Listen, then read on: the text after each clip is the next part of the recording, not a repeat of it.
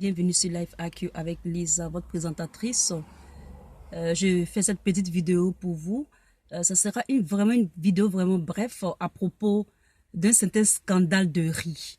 Alors, on va écouter tout simplement un tout petit peu et puis je vais donner mon point de vue sur ce problème de riz avarié qui tend c'est-à-dire depuis l'Inde, qui a été refoulé en Guinée, au Togo et jusque là à accoster dans les eaux ivoiriennes, puis entrer au port autonome d'Abidjan. On écoute un tout petit peu et puis je vais faire une petite allocution rapide sur ça. Allez, c'est parti.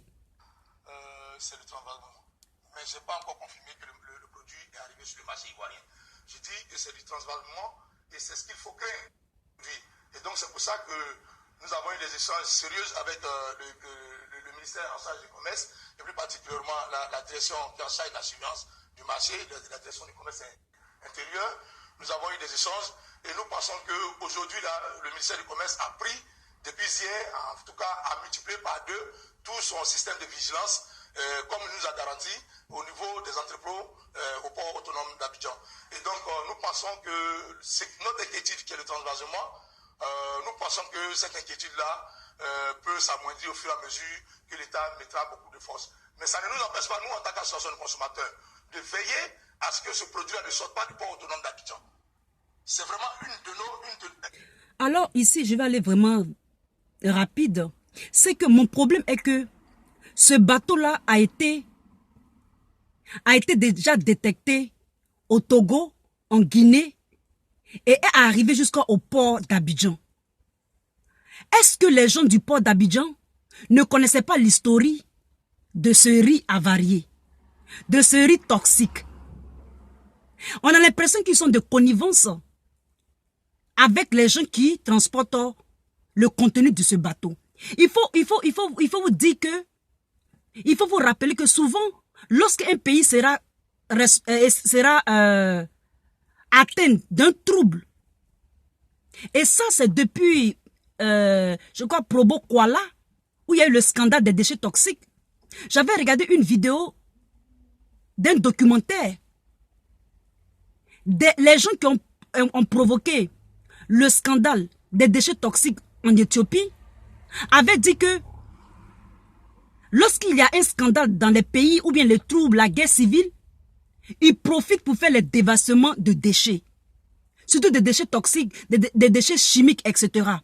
Et si vous vous rappelez, et si vous êtes informés, c'est pour ça qu'il y a eu les pirates en Éthiopie qui avaient pris en otage un bateau. Donc il faut que ce riz-là soit immédiatement, c'est-à-dire il faut que ce riz soit immédiatement rechargé sur le bateau et reparti où il est quitté. Parce que vous avez peur que ça se reblanchit. Ça peut se reblanchir et se repackager. C'est-à-dire on peut remettre dans d'autres paquets et dissimuler dans le riz normal, qui n'est pas le riz toxique, qui n'est pas le riz avarié. C'est ça le drame. C'est comme s'il y avait une certaine connivence.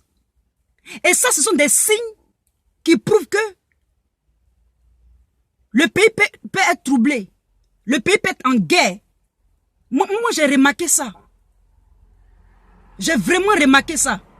Donc, il faut vraiment mettre toutes les mesures possibles en ligne pour arrêter, stopper ce riz automatiquement. Il n'y a pas à réfléchir.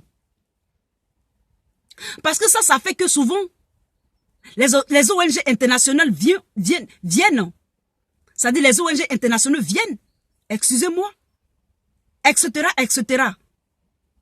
Il y aura encore le scandale des déchets toxiques. Ce riz avarié, on sait on connaît son origine.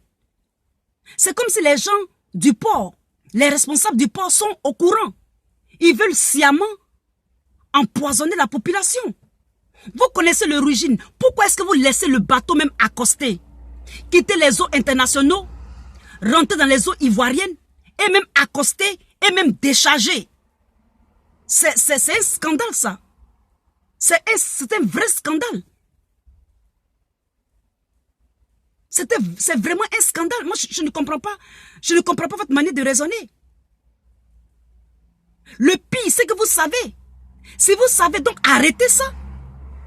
Comment le riz peut quitter jusqu'en Inde, traverser toute la mer, toutes les mers, refuser à gauche, refuser à droite et venir en Côte d'Ivoire. C'est pathétique. C'est vraiment pathétique.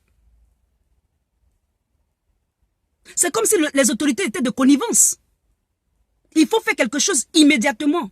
Je dis bien immédiatement, c'est un scandale et je dénonce cela. Je dénonce réellement cela.